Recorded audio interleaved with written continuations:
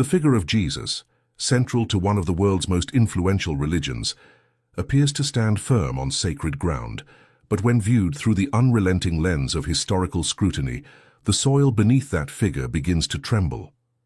The first and perhaps most damning historical fact that fractures the accepted narrative of Jesus of Nazareth is the complete silence of every contemporary historian during the time he supposedly lived. While this absence might seem subtle at first, its implications are earth-shattering. If we accept the traditional timeline, Jesus was born around 4 BCE and died around 30 CE, and yet during that very same era, the Roman Empire boasted an intricate network of scribes, historians, chroniclers, governors, and officials whose very job was to observe, document, and report on events that affected society, culture, or politics. From the bustling forums of Rome to the provincial outskirts of Judea, Roman administrators were notorious for cataloguing revolts, rebellions, uprisings, public disturbances, executions, and charismatic figures who garnered followings. But in this sea of documentation, Jesus is nowhere. Not one Roman record mentions his trial, his crucifixion, his public teachings, or the alleged darkness and earthquake that supposedly covered the land when he died. Figures far less influential than the supposed Son of God are recorded in excruciating detail. Yet the life and death of Jesus, who according to the Gospels moved masses, healed the sick, raised the dead, and turned the very laws of nature upside down, is met with total and deafening silence from the people whose job was to write such things down. Not a single word from the era. It is only decades later, when stories of his life began circulating among small religious sects, that his name begins to surface, long after any eyewitness could be reasonably expected to confirm or deny the accounts. Even Jewish records from the time, known for their deep preservation of history and prophetic figures, omit any mention of a man named Jesus who led a movement or performed divine miracles in the streets of Jerusalem. Philo of Alexandria, a Jewish philosopher living during the time of Jesus, wrote extensively about religion, philosophy, and Jewish life in the Roman world, and he never once mentioned the man now considered the most famous Jew to have ever lived. If a man had truly walked on water, fed thousands with a handful of loaves, raised the dead, and challenged both Roman and Jewish authorities to the point of public execution, the silence from every contemporary writer is more than suspicious. It is damning. This silence is not an absence of proof in the traditional sense. It is the loudest historical void imaginable, a canyon in time where there should be a chorus of record, but instead there is a vacuum, and the weight of that vacuum crushes the traditional narrative. It forces us to question whether the Jesus of history is a man lost to time or a figure never there to begin with. The implication is not merely academic, it is personal. Because if the world's largest religion began not with an observable life, but with a story told in whispers, grown in gaps, and repeated by those who never saw it firsthand, then what we are dealing with is not simply a theological mystery, but a historical impossibility. The absence of evidence in this case does not suggest we look harder. It suggests we start asking different questions. Who created the story? When? Why? And most of all, if Jesus was never written about by those who lived beside him, what does that say about what we were told he did? The second historical fact that undermines the possibility of Jesus as a verifiable figure lies in the uncanny resemblance between his story and the ancient mythologies that saturated the Mediterranean world long before the New Testament was conceived. The motif of a divine man born of a virgin who performs miracles, gathers disciples, dies a sacrificial death, and resurrects 3 days later is not a unique invention of early Christianity. Rather, it is an echo, sometimes a direct copy, of religious traditions that predate the Gospel accounts by centuries. In ancient Egypt, the god Horus was said to have been born of the virgin Isis, hailed as a savior, and experienced a symbolic resurrection after a battle with evil. In Greece, Dionysus, son of Zeus and a mortal woman, was miraculously conceived, turned water into wine, died violently, and returned from the underworld. In Persia, Mithras was a god who offered salvation, celebrated with ritual meals, and whose birthday fell on December 25th. These are not superficial similarities. They are structural blueprints, narrative frameworks that appear across cultures and religions in astonishing detail, long before the Gospel writers penned a single word. The early Christian world did not exist in a vacuum. It was a rich and chaotic blend of Jewish messianic expectations, Hellenistic philosophy, and Roman imperial theology. Ideas moved quickly. Stories spread through trade routes, captured minds through oral tradition, and morphed with each retelling.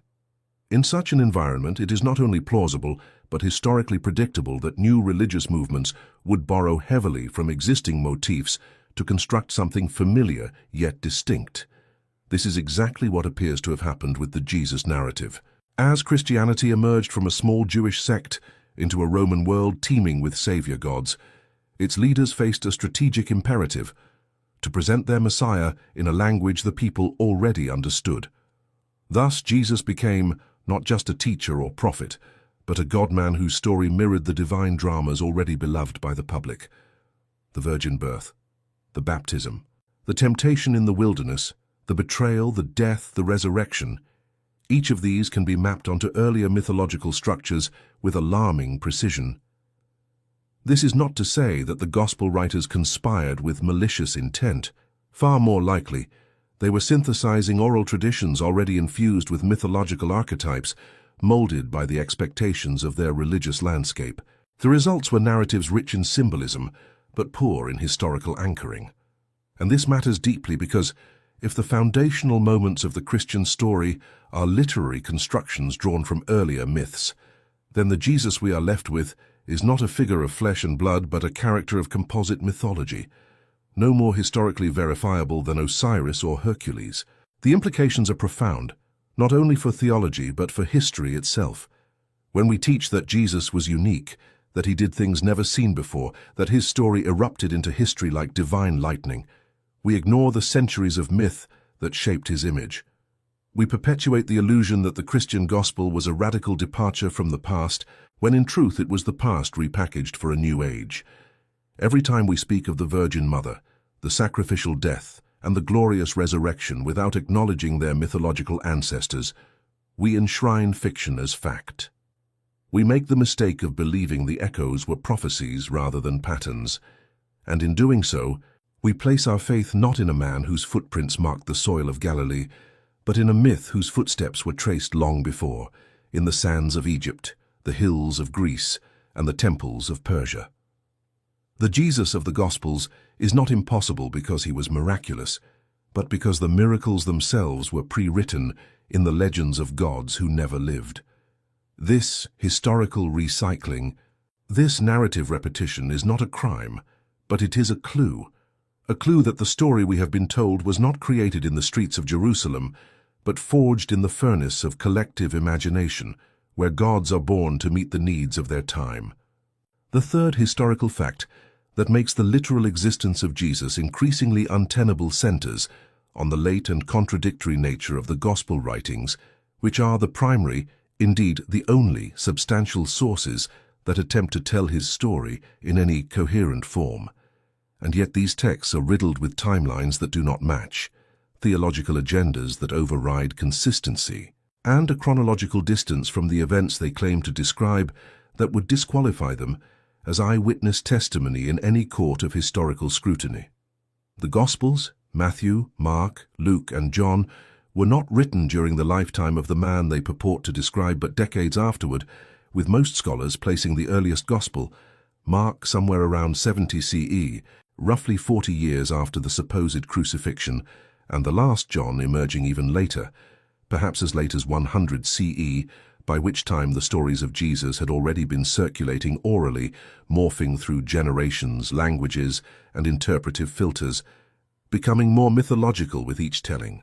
This enormous gap between event and record is more than just a historical inconvenience. It is a gaping wound in the narrative's credibility.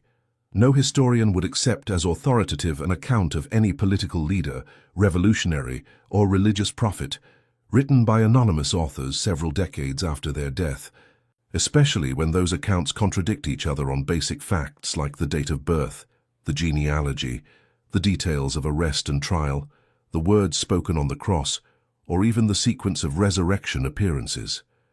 Mark describes a Jesus who suffers silently and dies in anguish.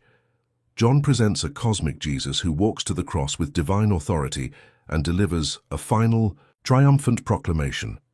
Luke and Matthew offer divergent genealogies for Jesus, both claiming descent from King David, yet tracing completely different paths, with inconsistent names and generational counts, a discrepancy that defies reconciliation without resorting to strained theological gymnastics. Even the nativity stories diverge sharply. Matthew places Jesus' birth during the reign of Herod the Great, who died in 4 BCE, while Luke situates the birth during the census of Quirinius, which occurred around 6 CE, a full decade later, an irreconcilable chronological error that cannot be dismissed as trivial. Furthermore, the resurrection accounts, the very cornerstone of Christian belief, are told with incompatible details across the 4 Gospels. Different women visit the tomb, different numbers of angels appear. Jesus is seen in different places by different people at different times, and in some accounts he instructs silence, while in others he commands proclamation. These are not minor discrepancies. They are structural contradictions that undermine the claim of historical reliability. The Gospel authors were not journalists or historians. They were theological writers with specific doctrinal agendas, writing to particular communities, shaped by evolving theological debates and political circumstances. Their goal was not to record history, but to inspire belief, to assert authority, and to construct a divine narrative that fit the expectations of a growing religious movement seeking legitimacy under Roman rule.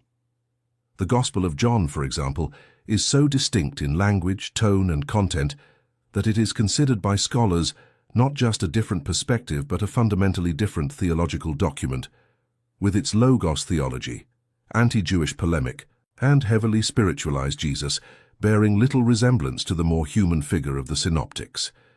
This theological evolution across the Gospels is a red flag to any historian. When a character becomes more divine with each retelling, when miracles multiply, when speeches become longer and more dramatic, we are not witnessing memory but mythology, and perhaps most tellingly, the authors of the Gospels remain anonymous. The names Matthew, Mark, Luke, and John were assigned by tradition, not signed by the writers themselves, who never identify themselves as eyewitnesses and provide no sourcing for their information. In any other context, we would call these anonymous, contradictory, post-event writings religious propaganda or folklore, not history. Yet the figure of Jesus, and the enormous structure of belief built upon him, rests entirely on these late and conflicted texts. If the only stories we have about a man were written by unknown authors decades after his death, and those stories do not agree on what he said, what he did, or even when he lived, then we must ask ourselves what we are really looking at: the record of a man who lived, or the invention of a man who was needed.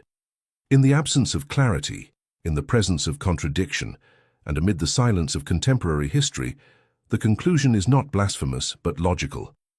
The Gospels tell us what people came to believe, not what truly happened.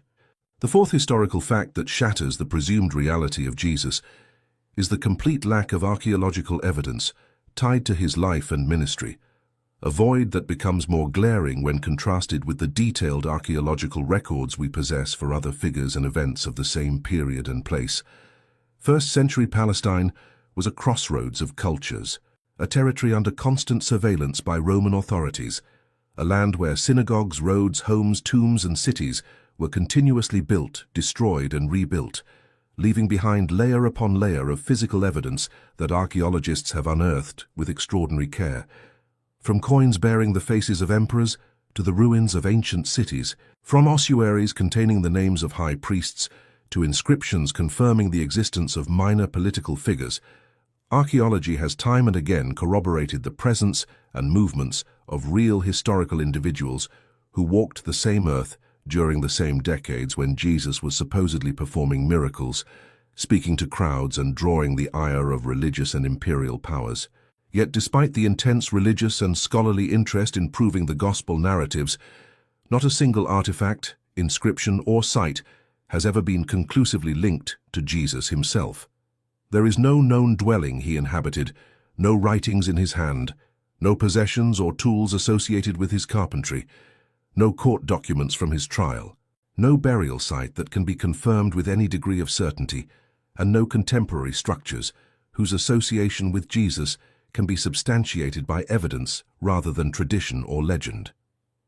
The Church of the Holy Sepulchre in Jerusalem, long claimed to house the tomb of Christ, rests on 4th century assertions, not archaeological fact, and sites like Bethlehem and Nazareth have histories that suggest they were either uninhabited or vastly different in structure during the time of Jesus than what the Gospels imply. Even the synagogue at Capernaum, often pointed to as a place where Jesus preached, has foundations that date later than his lifetime. This is not a matter of simply lacking personal relics, which would be understandable given the time past. It is the complete absence of any physical footprint in a region and era that has yielded an abundance of material history for other, less significant figures.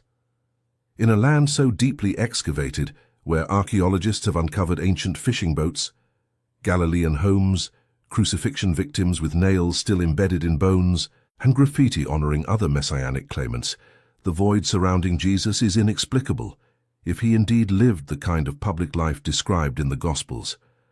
Adding to this mystery is the fact that the Romans were known for their detailed records, especially concerning matters of public executions. Crucifixion was a method of state terror and was typically reserved for political threats, insurrectionists or slaves accused of serious crimes. These executions were often recorded not just in Roman legal logs, but in graffiti, letters, and public proclamations. Yet no Roman document mentions the crucifixion of Jesus, even though the Gospels claim it involved Pontius Pilate, Roman soldiers, a public spectacle, and an inscription declaring him King of the Jews. Moreover, the Gospel stories involve events of great spectacle: a star guiding wise men across nations, mass infanticide under Herod, earthquakes and darkness upon his death, dead rising from tombs, all phenomena that, if real, would almost certainly have left traces in the historical and geological record. And yet again, silence. These are not minor gaps. They are black holes where we should find at least fragments of confirmation. Even accounts of less controversial and less miraculous Jewish prophets have left some form of historical residue. In the absence of any such residue for Jesus, we are faced with a stark possibility. The man described in the Gospels did not leave a physical trace because he was not a physical man in the way history requires. He was a theological construction, retrofitted into real cities, attached to fabricated events, given a setting to make him seem real, but never rooted in the soil of actual archaeology. And if the Jesus we know was placed into the landscape, like an actor on a stage built after the story was written, then what we are dealing with is not the historical biography of a man, but the mythologized origin of a movement. The burden of proof lies not in disproving his existence, but in explaining how someone who allegedly stirred thousands, threatened empires, challenged religious authorities, and upended the natural world could leave no trace. Not a home, not a stone, not a single carved letter spelling his name from his own lifetime. In historical terms, that is not simply unlikely, it is impossible. The fifth and most decisive historical fact that makes the traditional understanding of Jesus impossible is the complete absence of first-hand testimony and the heavy reliance on hearsay, legend, and theological invention that emerged only after the supposed events of his life had passed into memory or myth. In any historical investigation, the gold standard is contemporaneous witness, someone who saw the events, recorded them close to the time they happened, and provided corroborating details that could be verified or challenged by other observers. In the case of Jesus, we have no such witness.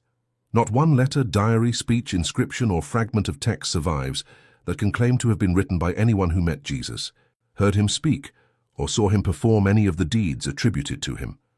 The Apostle Paul, often regarded as the earliest writer in the New Testament and a foundational figure in spreading Christianity, never claims to have met Jesus in the flesh. His epistles, written before the Gospels, offer no earthly biography of Jesus, no mention of his miracles, parables, birth, mother, or specific acts, focusing instead on a divine Christ encountered through revelation, not history. This is crucial Because if even the earliest and most prolific writer about Jesus had no first-hand knowledge of his life and relied solely on visions and theological arguments, then we are not dealing with eyewitness history, but with belief literature. The Gospels themselves, which claim to recount the life of Jesus, were written anonymously and at least a generation or more after the events they describe. They do not identify their sources, and their narratives do not come from named individuals who declare, "I was there." Instead, they rely on layers of oral tradition passed down through communities who already believed in the divinity of Jesus, a factor that inevitably shaped what was remembered, what was invented, and what was emphasized or omitted. Even the names attached to the Gospels, Matthew, Mark, Luke, and John, were assigned decades after the texts were composed and have no historical basis. These were theological attributions, not authorial signatures, moreover.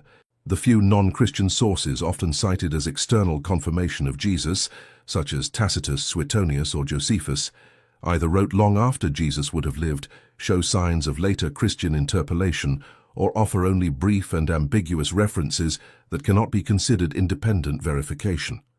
Tacitus, writing around 116 CE, mentions Christus being executed under Pontius Pilate, but this statement appears decades after Christianity had already spread in Rome and could easily reflect second-hand knowledge or common Christian claims, not a state record.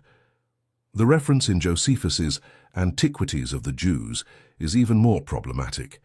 Its most striking details clearly mirror Christian theology and are widely acknowledged by scholars to be later additions.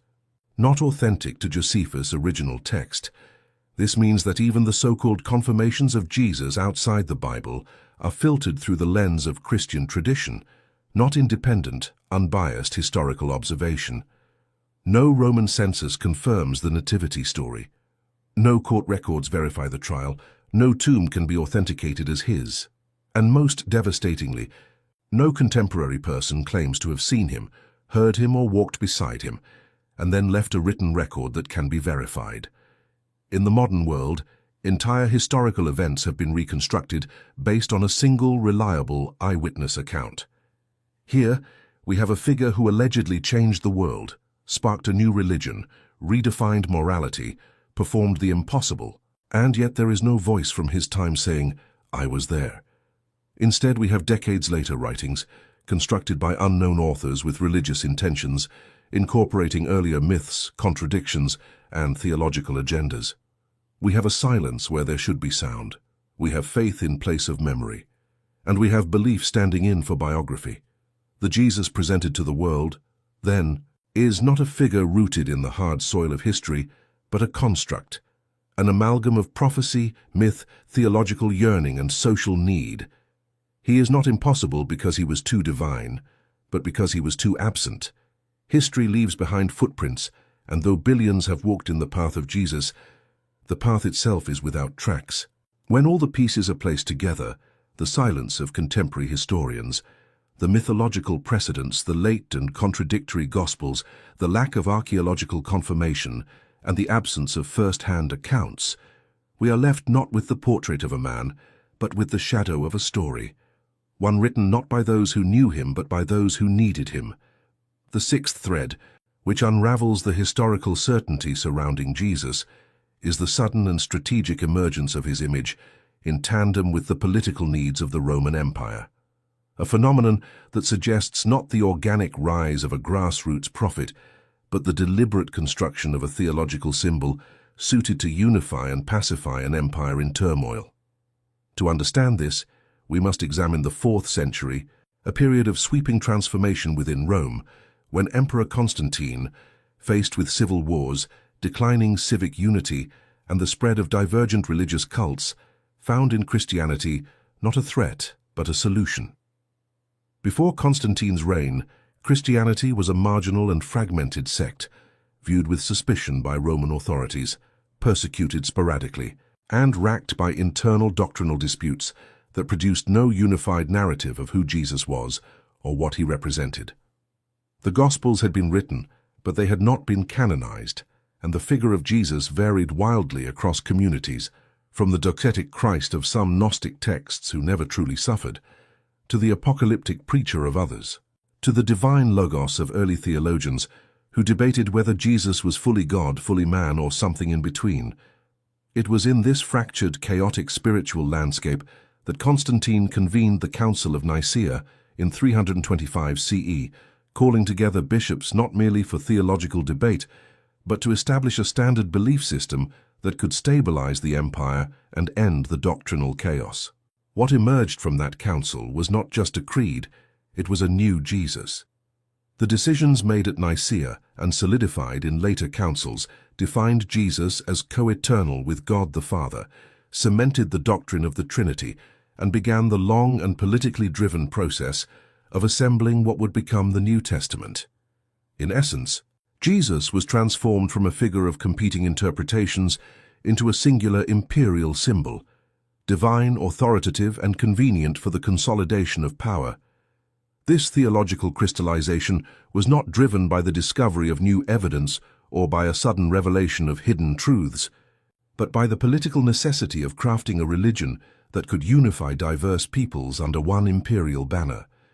The choice of which gospels to include and which to exclude, the silencing of dissenting voices, and the marginalization of so-called heresies were all part of a broader strategy to define orthodoxy and eliminate the chaos that plagued early Christianity. Gospels like those of Thomas, Mary Magdalene, and others were suppressed not because they were less truthful, but because they presented versions of Jesus that did not serve the imperial model. The Jesus who emerged victorious from this political theological process was not the historical Jesus, if such a person had ever lived, but the imperial Christ, an image shaped by bishops and emperors working in tandem. He was stripped of ambiguity, recast in perfection, and draped in the trappings of divine kingship, a figure not of dusty Galilean roads, but of golden mosaics and state-endorsed liturgy. The irony is chilling. The man who supposedly said his kingdom was not of this world became the central figure of a worldly empire's ideological apparatus. In this context, belief in Jesus was no longer just a matter of faith, it became a matter of citizenship, conformity, and power. The fact that Jesus' divinity was not universally accepted until it was enforced by imperial decree should give pause to anyone who assumes the story emerged purely from spiritual conviction. If the Jesus of faith was clarified only through politics, councils, and imperial pressure centuries after he was said to live, then we are not talking about a historical biography, but a manufactured icon. The shift from a contested, barely documented teacher to the enthroned Son of God did not occur in a synagogue, a sermon, or a sacred vision. It occurred in a Roman palace at a table of strategists. The historical impossibility lies not in the mystery of divinity, but in the fact that a figure of such world-changing magnitude left no unified image until power required it.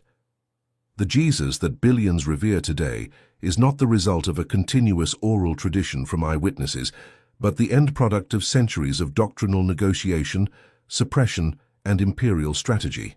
The true miracle is not that Jesus rose from the dead, but that from such a void of history, a figure could be raised to the throne of empire and remain there unchallenged for so long. The seventh and perhaps most chilling realization that renders the traditional narrative of Jesus historically impossible lies in the suspiciously perfect alignment between his life story and the psychological needs of the oppressed, the broken, and the politically disempowered in a world dominated by empire, poverty, and religious authoritarianism, suggesting not a biography, but a therapeutic invention, crafted to heal emotional wounds, give cosmic meaning to suffering, and offer hope where none existed, which is not how history records actual lives, but how myths are born to soothe trauma. In the 1st and 2nd centuries, the Jewish people were reeling under the brutal weight of Roman occupation, their temple destroyed in 70 CE, their political autonomy shattered, their cultural identity under siege. Into this atmosphere of despair, fear, and religious longing came stories of a man who embodied every virtue that suffering people needed, a man who preached meekness